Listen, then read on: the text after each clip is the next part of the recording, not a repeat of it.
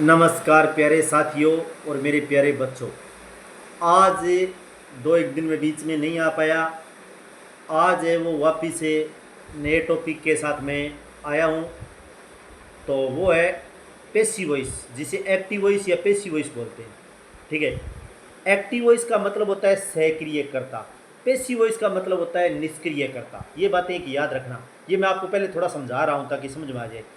अब active voice और passive voice, active से पेसिव वॉइस बनाना हमें देते हैं कंपटीशन के अंदर। ठीक है। और आजकल कई बार पेसिव से एक्टिव बनाना भी दे देते हैं, दोनों तरीके से पूछ लेते हैं। लेकिन आज हम एक्टिव वॉइस से पेसिव वॉइस बनाना हम सीखेंगे, लेकिन पहले इसके रूल याद रखने हैं। वॉइस क्या होता है? वॉइस होता है वाच्य। वॉइस का मतलब क्या होता है? वाच्य होता है। ठीक है ना। अब एक्टिव वॉइस सक्रिय करता और पेसिव वॉइस निष्क्रिय करता, ये याद रखना। ठीक है। अब एक्टिव वॉइस से हम पेसिव वॉइस बनाते हैं। इसमें पेसिव वॉइस में कुछ रूल है। पेसिव वॉइस में हमेशा वर्ब की थर्ड फॉर्म का प्रयोग होता है। एक तो हमेशा थर्ड फॉर्म लगेगी और कोई फॉर्म नहीं लगेगी। पेसिव वॉइस में थर्ड फॉर्म लगती है। अब पेसिव वॉइस के अंदर हमेशा जो एक्टिव वॉइस का ऑब्जेक्ट होता है ना, वो पेसिव वॉइस में सब्जेक्ट बन जाता है। एक्टिव वॉइस का ऑब्जेक्ट पेसिव में सब्जेक्ट बनेगा। अब जैसे ही वो सब्जेक्ट बन जाएगा, इसके बाद हेल्पिंग वर्ब लगेगी, सहायक क्रिया लगेगी।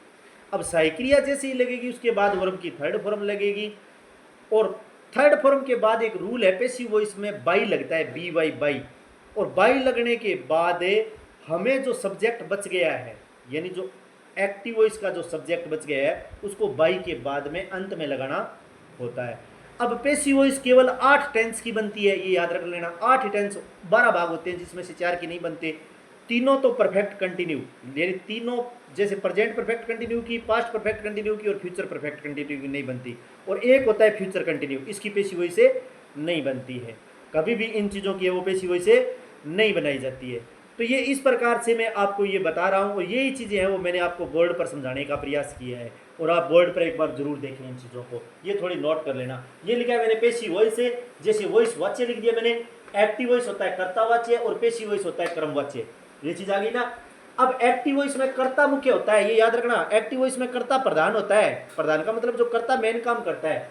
जो कर्ता यानी एक्टिव में कर्ता मुख्य होता है, जो सब्जेक्ट खुद काम करता है, यानी करता है वो खुद अपना काम करता है एक्टिव वॉइस में। जैसे मैंने एक उदाहरण लिखा है, मैंने अपना नाम लिखाकर उदाहरण लिख दिया है, मुकेश राइट्स ए पोइम। ये मतलब हो गया, मुकेश एक पोइम लिखता है। अब देखो, पोइम लिखने में कौन मेन, कौन है इसमें? कर्ता मेन है। जैसे मुकेश है, ये पोइम लिख रहा है, तो इसमें ये वाक्य है वो एक्टिव वॉइस का है, न कि पेसिव वॉइस का है, क्योंकि इसमें कर्ता खुद काम कर रहा है। पोइम लिखने का काम कौन कर रहा है? मुकेश कर रहा है। जो लिखने का काम ऑब्जेक्ट पर सबसे ज्यादा प्रभाव पड़ रहा है ना, वो कर्ता है। ठीक है ना। अब जो पोइम लिखने का काम मेन उद्देश्य है वो मुकेश का है, तो वो खुद सक्रिय है, तो ये एक्टिव वॉइस का वाक्य है। और पेसिव वॉइस और देख लो, क्रमवाच्य होता है, ये निष्क्रिय होता है। ये पेसिव वॉइस में क्या होगा? निष्क्रिय होगा। इसमें ऑब्जेक्ट मुख्य होता है, यानी क्रम मुख्य होता है, सब्जेक्ट मुख्य नहीं होता। यानी इसमें क्या होगा? एक ऑब्जेक्ट क्रम मुख्य होता है। अब जैसे ये मैंने उदाहरण एक और लिखा है, a poem is written by Mukesh. अब देखो यहाँ कविता किसके द्वारा लिखी जा रही है? मुकेश के द्वारा लिखी जा रही है। तो अब देखो यहाँ कौन प्रधान हो गया? ऑब्जेक्ट प्रधान है। इसमें सब्जेक्ट का काम कम हो गया, सब्जेक्ट का काम कम है। तो पहले हम क्या करते हैं पेसिव वॉइस में, इसका ऑब्जेक्ट है ना, ये ऑब्जेक्ट है, ये पहले लाएंगे। तो इसके बाद हेल्पिंग वर्ब और फिर वर्ब की हमेशा थर्ड फॉर्म का यूज होता है। A poem is written by Mukesh, ये मैंने आपको बता दिया। अब पेसिव मैंने ये आपको पहले ही बताया था, 8 टेंस की बनती है, ये याद रखना है। कई बार पूछ लेते हैं कंपटीशन में, 8 टेंस की बनती है। तीनों परफेक्ट कंटिन्यू, यानी प्रत्येक भाग के चाहे वो प्रेजेंट टेंस हो, उसके तीनों लास्ट भाग होते हैं ना, उसकी नहीं बनती तीनों की, तो तीनों परफेक्ट कंटिन्यू। और एक होता है फ्यूचर कंटिन्यू, यानी फ्यूचर का 2 नंबर टेंस, उसकी पेसिव वॉइस नहीं बनती है कभी भी। अब पेसिव वॉइस में हमेशा थर्ड फॉर्म का प्रयोग होता है, ये मुख्य बात है इसमें। अब इसके बाद क्या? ऑब्जेक्ट को पेसिव वॉइस में सब्जेक्ट बनाओ, ये मैंने आपको पहले ही बताया था। यानी उसका जो ऑब्जेक्ट है ना, वो जैसे ही बनाएंगे पेसिव वॉइस में, हम उसका क्या कर देंगे? ऑब्जेक्ट ने पेसिव वॉइस के अंदर सब्जेक्ट मान लेंगे। हम ऑब्जेक्ट को क्या मानेंगे? सब्जेक्ट मान लेंगे।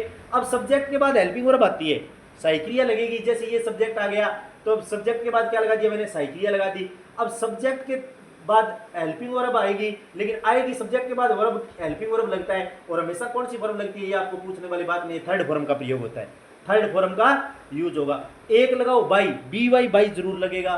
बाई लगाकर जो सब्जेक्ट है ना यहाँ, अब अगर मुकेश है उसको बाई लगाकर ही अंत में लिखा जाएगा। पेसिव वॉइस में एक्टिव वॉइस के सब्जेक्ट के आगे बाई लगाओ, और बाई लगाने के बाद ही वो पहला नाम है ना, चाहे मुकेश हो, सुनील हो, अनिल हो, कुछ भी नाम दिया हो, वो अंत में लगेगा। और ये बाई लगाओ और सब्जेक्ट को ऑब्जेक्ट बनाओ। तो ये चीजें है ना मेन, ये थोड़ी सी चीजें हमें ध्यान रखनी है। बाई लगाओ और सब्जेक्ट को ऑब्जेक्ट है वो बना दो। अब सब्जेक्ट को ऑब्जेक्ट का मतलब क्या है, इसने लिखा है कि थर्ड फॉर्म के बाद यूज होती है ज्यादातर, ये मैंने लिखा था। थर्ड फॉर्म के बाद ही है ना ये चीज आएगी। जैसे थर्ड फॉर्म लग गया ना, अब जिससे कहां लग गया थर्ड फॉर्म, ये रिटर्न है, रिटर्न लग गया ना, रिटर्न के बाद में बाई लगाया है, ये मेरे कहने का मतलब है। बाई और बाद में क्या बच गया, एक जो सब्जेक्ट है मैं वो अंतिम रूप से लगा दिया। तो ये एक्टिव वॉइस पैसिव वॉइस है, ये तो आपको थोड़ी सी नॉर्मल जानकारी दी है मैंने, लेकिन इसके मेन जो रूल है वो मैं आपको बताऊंगा। ये तो एक मतलब वाक्य करने से पहले बताया, अब मैं आपको बताऊंगा कि कौन सा टेंस कैसे में बदलेगा, कैसे बदलेगा, आपको वो बात समझ में आएगी। ये तो एक मौखिक ज्ञान है, स्पेसिव वॉइस के बारे में आज मैंने सिर्फ मौखिक ज्ञान दिया। इसके बाद में बताऊंगा आपको कि कौन सा टेंस कौन से टेंस में बदलता है, कब सब्जेक्ट है वो रूप बदलता है, ये मैं आगे बताऊंगा। ये तो एक नॉर्मल बातें बताइए मैं, ताकि आपको थोड़ा सा इसका पता लगे कि पैसिव वॉइस होता क्या है। तो ये इन्हीं सब